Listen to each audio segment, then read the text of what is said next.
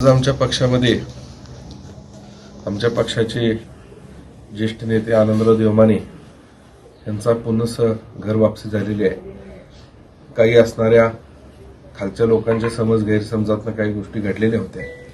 पण एक कुटुंब असल्यामुळं पुन्हा आम्ही सगळे गुण्यागोविंदानं प्रभाग 7 मध्ये एकत्रितपणे देवमाने साहेबांच्या नेतृत्वाखाली जनस्वराज्य शक्ती पक्ष हा निवडणूक पूर्णपणे लढवायच्या तयारीमध्ये आहे. त्याप्रमाणे आम्ही सगळं आमचं नियोजन करतोय आणि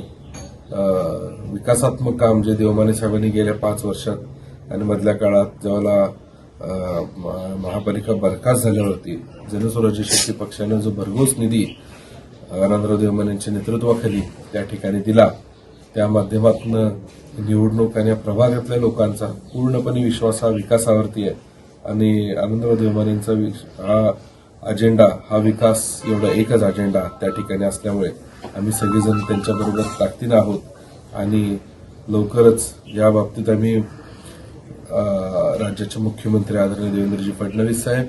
आदरणीय पालकमंत्री चंद्रकांत दादा, महायुतीचे समन्वयक असणारे शेखरजी निवडणूक प्रमुख शेखरजी इनामदार, त्याचबरोबर निरीक्षक असणारे आमदार अतुलबाबा भोसले, त्याचबरोबर आमच्या इथं प्रमुख म्हणून ज्यांची नेमणूक केली गेली ते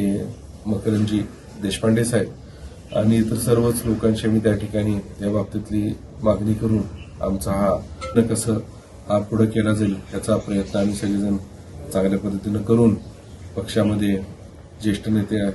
डॉक्टर महादेवअण्णा कुरणे, समीरभाई मालगावे, सर्वच प्रमुख मंडळी हा निर्णय ताकदीनं पुढे घेऊन या प्रभागामध्ये कशा पद्धतीने जनस्वराज्य शक्ती पक्ष महायुती भारतीय जनता पार्टी पुढे येईल, चांगली निवडणूक हे करेल, एवढा आमचा सगळ्यांचा ताकदीनं प्रयत्न असेल. स्वराज पक्ष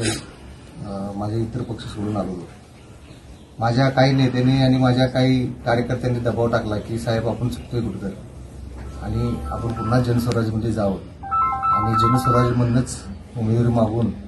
लढवावं असं आमच्या कार्यकर्त्यांचा सगळ्यांचाच दबाव मला आला. त्यानंतर पुन्हा आम्ही 2 दिवस चर्चा करून निर्णय घेतला की आपण खरोखरच समीरदादांच्या बरोबर आणि सावकारांच्या बरोबर राहिलं पाहिजे. त्यामुळे आमच्या सगळ्यांचा कार्यकर्त्यांचा उद्रेक पाहून मी पुन्हा जनस्वराज शक्तीमध्ये प्रवेश केलेला आहे.